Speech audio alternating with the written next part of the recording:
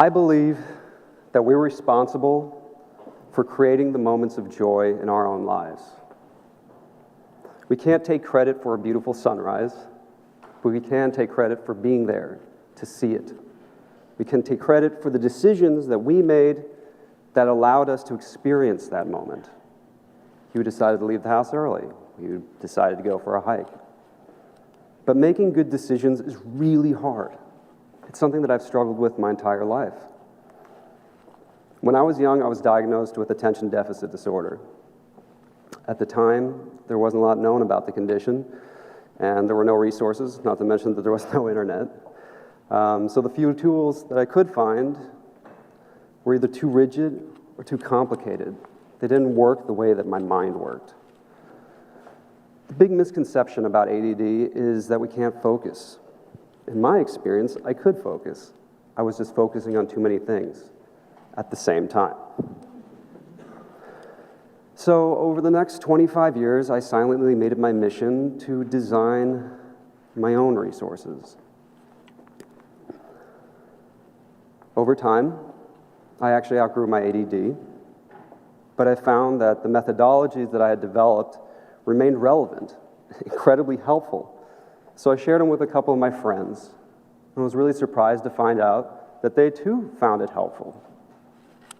Who knew? I had designed it for myself. I had never assumed that it would work for other people. But with that in mind, about 3 years ago, I built a website and shot some videos to teach the system to others in hopes that it might help them the way that it helped me. I call the system the Bullet Journal.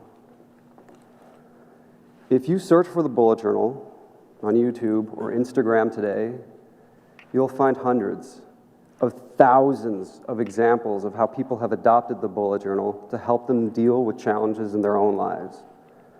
Those tutorial videos have been seen over 5 million times. It's incredible. I just wish that I had had this knowledge when I was that young, struggling kid. And that's why I'm really excited to be here today to share some of what I've learned with you. We're going to talk about how to declutter your mind, how to cultivate your curiosity,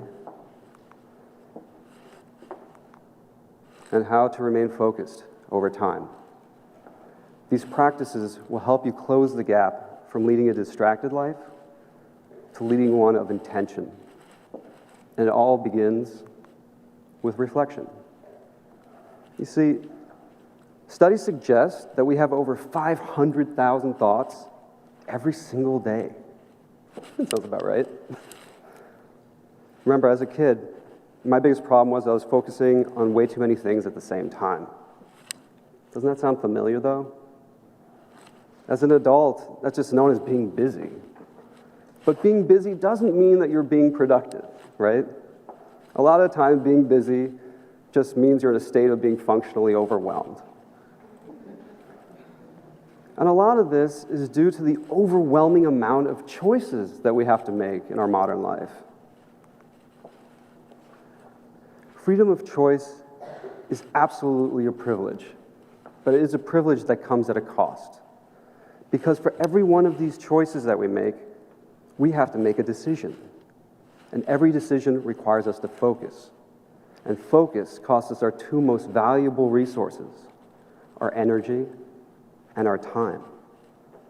We don't like to think about how to invest our energy and time because it's really stressful. What do I want to do with my life? It's a very overwhelming question. It's kind of like going shopping when you're super hungry but you have no idea what you want to eat. Have you ever done that? You walk in and there's a million different options. You're immediately overwhelmed, so you just start picking all sorts of random junk.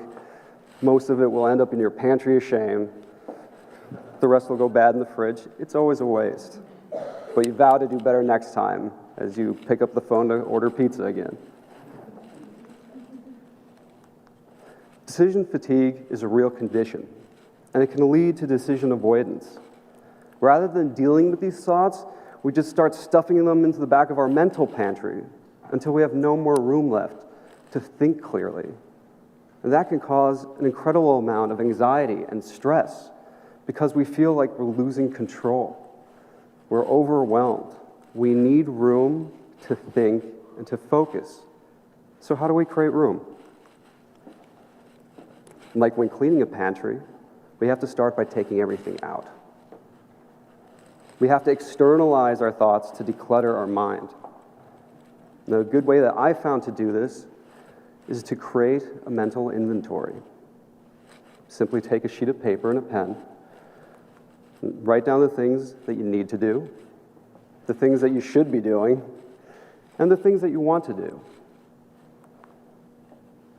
Holding thoughts in your mind is like trying to grasp water. It's nearly impossible. But by writing down our thoughts, we can capture them clearly so we can work with them later. So now we have this mental inventory. Now what? This mental inventory will actually give you a pretty clear picture as to how you're investing both your time and your energy. So the next step is to ask yourself, why? Why am I doing these things?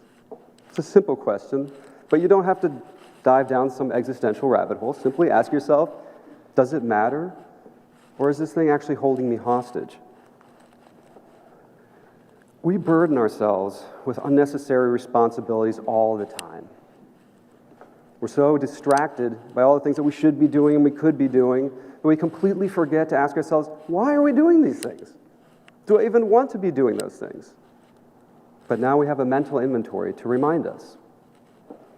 So for every item on this inventory, ask yourself 2 questions. 1, is it vital? Is this item vital, this task vital? Think rent, taxes, that kind of thing. 2, does it matter? Does it actually matter to you or to someone that you love? If the answer is no to both of those things, you've just identified a distraction, and you can cross it off your list.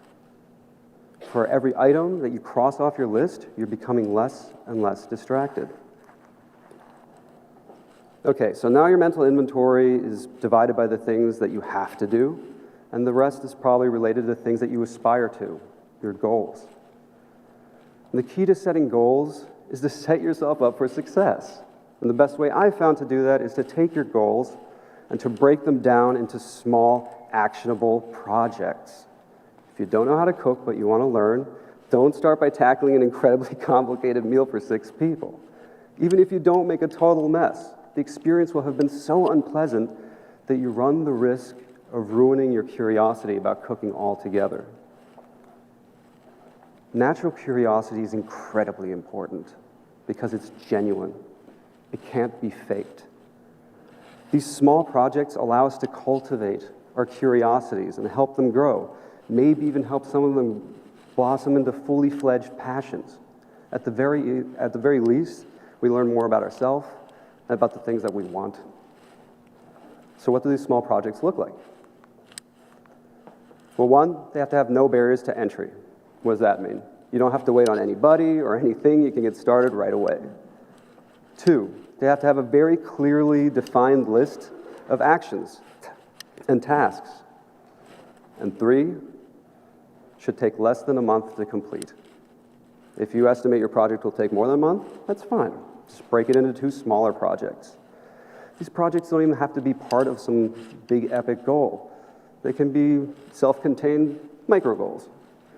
The goal really here is to be able to indulge your curiosity and try it on for size and see if it fits so you don't waste time.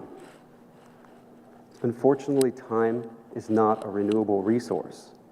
You can't make time. You can only take time. It's our responsibility to take the time to identify the things that interest us and figure out ways to pursue them, because project after project, goal after goal, we will learn what we want to eat, and we'll have acquired all the skills that we need to prepare a beautiful meal. We'll go from this state to something more along these lines. But it takes time, and it takes dedication.